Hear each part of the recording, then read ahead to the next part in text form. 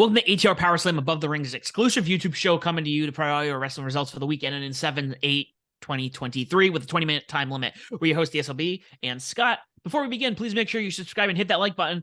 We're going to kick things off with Scott for Monday Night Raw. All right. Raw after Money in the Bank. Good stuff. Good stuff. Kick things off with Seth Rollins being in the ring, talking about, obviously, his victory over Finn Balor. Seeing, what's going to be next. Enter Cody Rhodes. So I was like, all right. So we had the trilogy before Cody got hurt. Seth gone on, won the championship. So, all right, we're going to have Cody Rock in, and I guess this is going to be the next feud. Cool. Cody gets in the ring, says the word so, obviously with the whole, what do we want to talk about? But before he even gets to the next word, Brock Lesnar's music hits. And I'm like, oh, okay. Round 3 for those two. Lesnar gets in the ring. They brawl. Cody actually gets the upper hand, which I was a little surprised with. So clearly we're heading towards SummerSlam for Cody and Brock. There's hints of a potential stipulation in this match that we haven't seen in a very long time. So mine thinks of dog collar match because that's been his thing in AEW, but we'll see what happens. After that, we come back from commercial break, and Seth Rollins is still in the ring. So I'm like, all right, champ's got more to say. But he can't say much because the Judgment Day comes out. Sans Finn. Finn nowhere to be seen. But Damian Priest just warning Seth Rollins, obviously being Mr. or Senor Money in the Bank. We have to be correct here. Warning Seth to watch his back. And yeah. So I'm very interested to see what's going to happen with Priest when it comes to cashing in his Money in the Bank down the road. Led to our first match of the night, which was actually Damian Priest taking on and defeating Shinsuke Nakamura. We then had Ronda Rousey come out and obviously wanted an explanation from Shayna Baszler after Shayna attacked her at Money in the Bank. Shayna came out and basically said, nobody wants to hear you speak on the mic. There's a lot of the things that the IWC have been saying to Ronda vocally online. Shayna just saying it back to everybody else, which was kind of hilarious to see. So obviously that's another match. It's probably going to be happening at SummerSlam. We then had a gauntlet match to determine the next challengers for said WWE Women's Tag Team titles. It was Chelsea Green and Sonya Deville running the whole gauntlet, taking everybody out. They defeated Candice LeRae and Indy Hartwell, Nikki Cross and Emma, Dana Brooke and Tegan Nox, and the only real other tag team in WWE on the women's side at the moment, Kaden Carter and Katana Chance. So we'll see what happens going forward. Not sure when they said the match is going to happen. I don't think it's going to be SummerSlam. It probably before that. After that, we had Becky Lynch come out to the ring. And obviously then we had Zoe Stark and Trish Stratus bringing back the face mask from the early 2000s after Becky pretty much smashed Trish's nose. And that sets up everything for Zoe Stark versus Becky Lynch next week. We had a mixed 6-man tag as Alpha Academy and Maxine Dupree took on and defeated the Viking Raiders and Valhalla. We then had Rhea Ripley take on and defeat Natalya to retain the world's or the women's world title. Natalya actually having a bit of an edge in this match, which was nice to see. After that, we had Matt Riddle getting a victory over Giovanni Vinci. And we had in our main event of the night, Seth friggin' Rollins defeating Dominic Mysterio via disqualification because Finn Balor returning and actually stopping Priest from cashing in his Money in the Bank. So division continuing in Judgment Day, which personally makes me very upset. We need more factions to stay together, guys. We don't need them to break. So moving things over to NXT, big match between Blair Davenport and Roxanne Perez, with Blair getting the victory clean over Roxanne. So it's nice to see them putting Blair Davenport up on, not necessarily a pedestal, but giving her a nice push.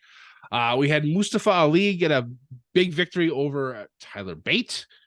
Kalani Jordan making her in-ring debut, defeating Tatum Paxley.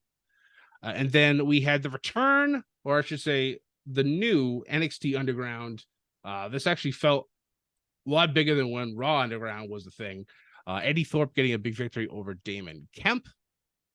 We had Lyra Valkyria defeating JC Jane. And then in the loser leaves NXT match, it was the Dyad, which obviously there's rumors out there that their contracts are expiring in October, thinking that they would be the ones to lose here. They did not. They defeated the Creeds. So now the Creed brothers are gone from NXT. Don't know exactly where this leaves Ivy Nile. I know next week she has a title match, but this is good, I think, personally, for the Creeds. Now they can go on Raw or SmackDown and really put, their stamp on the tag team division. But that's it for the beginning of WWE side of things. I'll kick it over to Sam so we can talk about AEW, ROH, Impact, and more. All right, hopping over to AEW Dynamite. It was pretty much the MJF and Adam Cole show here. If you need to check out anything from this show that's not wrestling related, you got to see what's going on between these two. The bromance, birthday segment. I'll just stick with that with the promo end of things. Opening the night, we had Darby Allin and, surprisingly, Orange Cassidy taking on and defeating Keith Lee and Swerve Strickland in the Blind Eliminator Tag Team quarterfinal tournament. 6-man tag with Billy Gunn and the Acclaim defeated the Blade and the Bollywood Boys. We had another Blind Eliminator Tag Team match with Adam Cole and MJF defeating Matt Menard and the Butcher. Ruby Soho took on defeated Dr. Britt Baker DMD to move forward in the Owen Hart Women's Tournament quarterfinal. So we have the champion from last year, or the winner from last year, being eliminated. In the main event, solid match. Wheeler Yuta taking on and losing to the cleaner himself, Kenny Omega. Hopping over to the correct results for this week's Impact and Ring of Honor. Start with Ring of Honor. We had Commander defeating Gringo Loco, Daniel Garcia defeating Christopher Daniels, 6-man tag team champions Gates of Agony defeating Axe and Andretti, or two of them. Wait, 6-man? Oh, he missed somebody. Okay, thank you, Ethan. Action Andretti and Darius Martin, the Righteous Dutch and Vincent and Stu Grayson defeating McRae Martin, Rip Impact and Zach Patterson, Big Bill and Lee Moriarty defeating the Boys.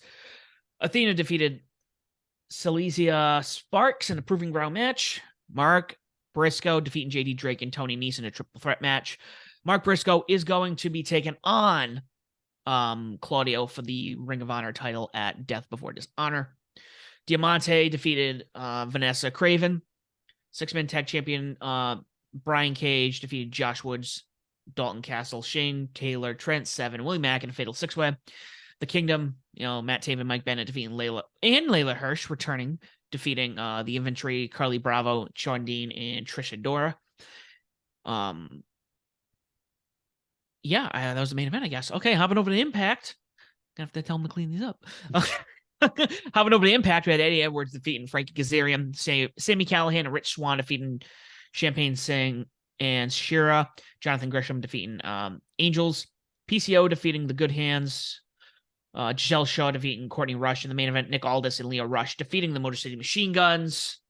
That looks like a banger of a match. So hopping back over to Scott for the trial of the Bloodline on Friday night. Man, cinema at its finest. The trial of the Tribal Chief was just... So, of course, this whole thing ends up in complete utter mayhem, or bedlam, as we like to say.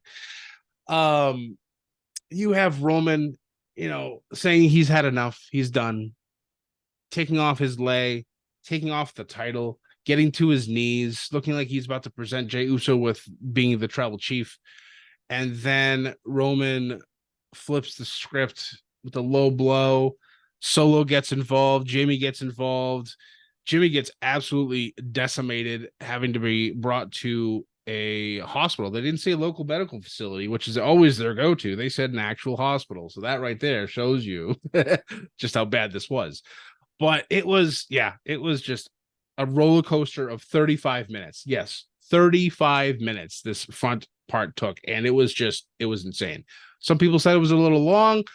I can understand that, but just the entertainment value and just how well they're doing this for me was completely fine. But getting into the ring, we had a U.S. title match to kick off things. It was Austin Theory and Sheamus. Of course, Austin Theory finding a way to retain his title after Pretty Deadly showing up. It's still a weird thing for me that Pretty Deadly and Austin Theory are like a group now. I don't know. It's just a little off for me.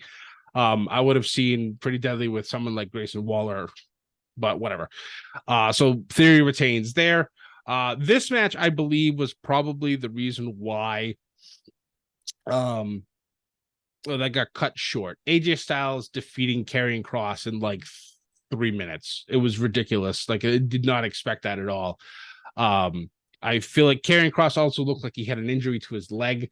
It was very heavily taped before the match started, so maybe that's why as well. So hopefully, Kross can come back from this and actually do something, because it's been a little rough. Like his second debut was fine, and then all of a sudden it just kind of fell apart again. So we had the Grayson Waller effect at some point, I believe it was before the match with AJ and Karrion Kross, where he was interviewing Edge.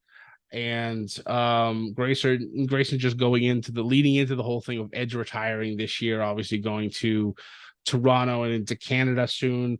And the rumors have been saying that, Edge was going to make his retirement during this whole thing. Edge is like, I'm not going anywhere. What the hell are you talking about? Leads to a match. And that was our main event, with Edge getting the big victory over Grayson Waller. But Edge ultimately giving Grayson the rub at the end of this match, talking about the whole sink and swim thing with Grayson not being on the main roster and having a match yet. Edge telling Grayson that he swam on Friday night. So that's a huge thing coming from somebody with the caliber of Edge.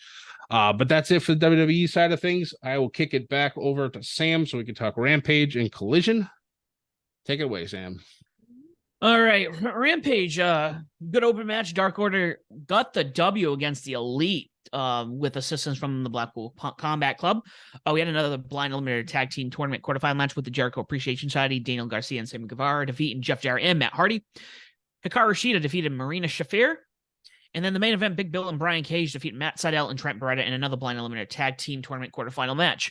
Hopping over to Saturday night, which I did get to watch live, folks. Let's go. Pretty good show. Ricky Starks defeated Powerhouse Hobbs to move forward in the Owen Hart semifinals. Julia Hart returned to action, defeated local talent Bambi Hall. AEW World Tag Team Eliminator match, Bullet Club Gold defeating FTR. This might be my AEW match of the week, if not the match of the week across the board. It was so good. It was. Scorpio Sky defeating Action and Andretti. Good to see Scorpio Sky back in. And then the main event, another banger, CM Punk taking on and defeating Samoa Joe to move forward in the Owen Hart Foundation tournament. And that's what we have for this week, guys. Thank you so much for listening.